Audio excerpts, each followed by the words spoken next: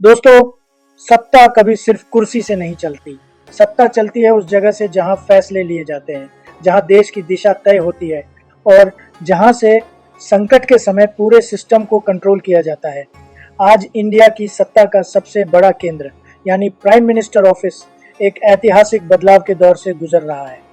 जो पीएमओ आज तक साउथ ब्लॉक रायसीना हिल्स में बैठकर देश को चला रहा था, जहां से युद्ध के फैसले हुए, न्यूक्लियर डॉक्ट्रिन बनी, फॉरेन पॉलिसी की दशकों पुरानी दिशा तय हुई, वही पीएमओ अब अपना एड्रेस बदलने जा रहा है। और यह बदलाव सिर्फ एक बिल्डिंग बदलने का नहीं है, यह बदलाव इंडिया की गवर्नेंस फिलॉसफी, पावर स्ट्रक्चर और फ्यूचर विजन का है, जिसे आने वाले दशकों तक महसूस किया जाएगा।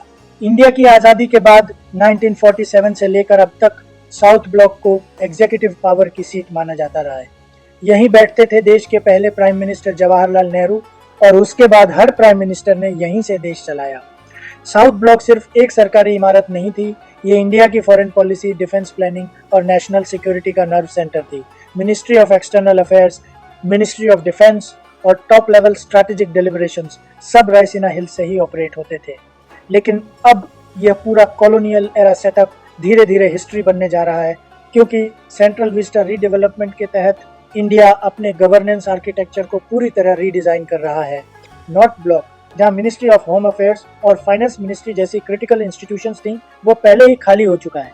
अब बारी प्राइम मिनिस्टर ऑफिस की है, जो रायसीना हिल्स से करीब 500 मीटर्स दूर एक नए अल्ट्रा सिक्योर कॉम्प्लेक्स में शिफ्ट होने जा रहा है, जिसका नाम है सेवा तीर्थ।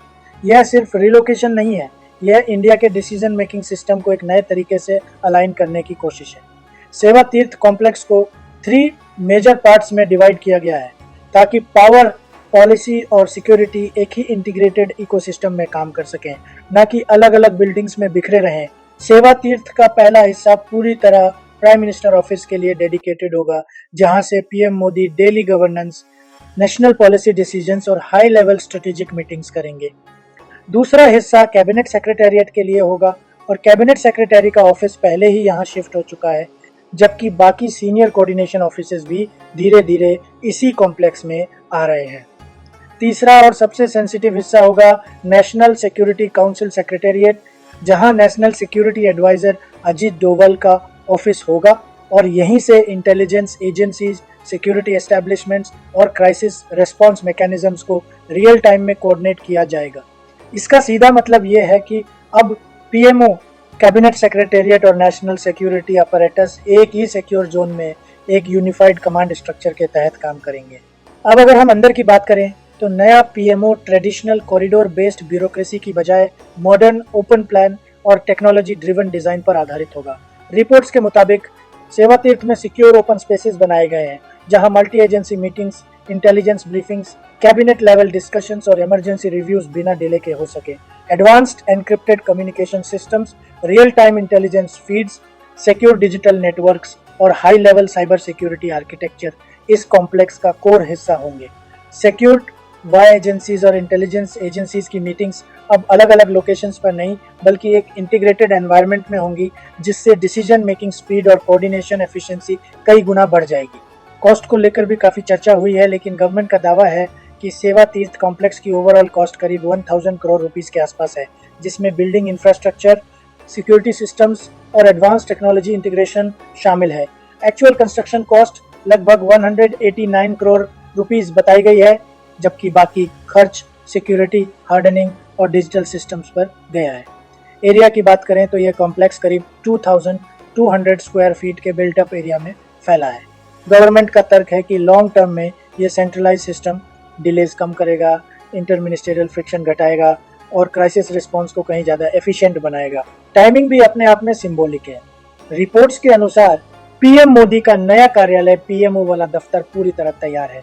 उन्होंने कहा कि नया पीएमओ 14 जनवरी मकर संक्रांति से लेकर 23 जनवरी सुभाष चंद्र बोस जयंती के बीच किसी भी समय काम करना शुरू कर सकता है। अधिकारियों के अनुसार वैदिक ज्योतिष में अशुभ माने जाने वाले खरमास की अवधि बुधवार को मकर संक्रांति के साथ समाप्त हो गई है। इसलिए बुधवार के बाद किसी भी दिन पीएमओ को नई इमारत में शिफ्ट किया जा सकता है। एक अधिकारी ने कहा, पिछले 2 हफ्तों में सभी तैयारियां पूरी कर ली गई हैं। पीएमओ मकर संक्रांति के आसपास शिफ्ट होना जो हिंदू कैलेंडर के अनुसार एक ऑस्पिशियस दिन माना जाता है। पीएम मोदी सिंबोलिज्म और गवर्नेंस को साथ लेकर चलने के लिए जाने जाते हैं और ये शिफ्ट उसी सोच को रिफ्लेक्ट करता है। इतना ही नहीं, सेंट्रल विस्टा प्लान के तहत प्राइम मिनिस्टर रेसिडेंस भी इसी जोन में डेवलप की जा रही है। अभी पीएम मोदी 7 लोक कल्याण मार्ग में रहते हैं, लेकिन फ्यूचर में उनका ऑफिशियल रेसिडेंस भी इसी सेंट्रल विस्टा एरिया में होगा, जिससे एग्जीक्यूटिव पावर, रेजिडेंस और सिक्योरिटी अपैरेटस एक सिंगल स्ट्रेटेजिक जोन में अलाइन हो जाएंगे। गवर्नमेंट इस पूरे बदलाव को सिटीजन्स फर्स्ट गवर्नेंस अप्रोच के तौर पर प्रोजेक्ट कर रही है, जहां कॉलोनियल एरा पावर सिंबल्स को रिप्लेस करके मॉडर्न, एफिशिएंट और ट्रांसपेरेंट गवर्नेंस मॉडल अपनाया जा रहा है। साउथ ब्लॉक और नॉर्थ ब्लॉक जैसी हेरिटेज बिल्डिंग्स को फ्यूचर में पब्लिक म्यूजियम्स, कल्चरल स्पेसेस और नेशनल मेमोरी सेंटर्स में कन्वर्ट करने की भी बात कही जा रही है, ताकि सत्ता के बंद दरवाजों के बजाय इतिहास जनता के सामने खुल सके। लेकिन असली सवाल यह है कि क्या यह सिर्फ इंफ्रास्ट्रक्चर अपग्रेड है? जवाब है नहीं। यह बदलाव दिखाता है कि इंडिया अब गवर्नेंस को इंस्टीट्यूशन सेंट्रिक से सिस्टम सेंट्रिक बनाने की दिशा में बढ़ रहा है, जहां व्यक्ति नहीं बल्कि प्रोसेस और कोऑर्डिनेशन सबसे ज्यादा अहम है। अजित डोभाल जैसे स्ट्रेटेजिक माइंड का पीएमओ के साथ सेम कॉम्प्लेक्स में होना इस बात का साफ संकेत है कि आने वाले समय में नेशनल सिक्योरिटी और गवर्नेंस के बीच गैप और कम किया जाएगा। तो दोस्तों, पीएम मोदी का नया ऑफिस सिर्फ एक नई इमारत नहीं है, ये न्यू इंडिया के पावर स्ट्रक्चर का फिजिकल मैनिफेस्टेशन है। साउथ ब्लॉक ने इंडिया को दशकों तक डायरेक्शन दी, लेकिन सेवा तीर्थ आने वाले दशकों की तैयारी है। अब देखना यह है कि यह नया गवर्नेंस मॉडल सिर्फ दिखने में मॉडर्न साबित होता है या फिर डिसीजन मेकिंग की स्पीड और क्वालिटी में भी रियल बदलाव लेकर आता है। अब आपकी राय जानना जरूरी है। क्या आपको लगता है कि सेंट्रल विस्टा और नया पीएमओ इंडिया की गवर्नेंस एफिशिएंसी को सच में इम्प्रूव करेगा, या ये सिर्फ सिंबॉलिक बदलाव है? कमेंट बॉक्स में अपनी राय जरूर लिखिए। और अगर आप गवर्नेंस, पावर और पॉलिसी को हेडलाइंस नहीं बल्कि स्ट्रक्चर और स्ट्रैटेजी के लेंस से समझना चाहते हैं तो चैनल को सब्सक्राइब कीजिए, बेल आइकन दबाइए। धन्यवाद। जय हिंद, जय भारत। मैं रविश कुमार, साइनिंग ऑफ।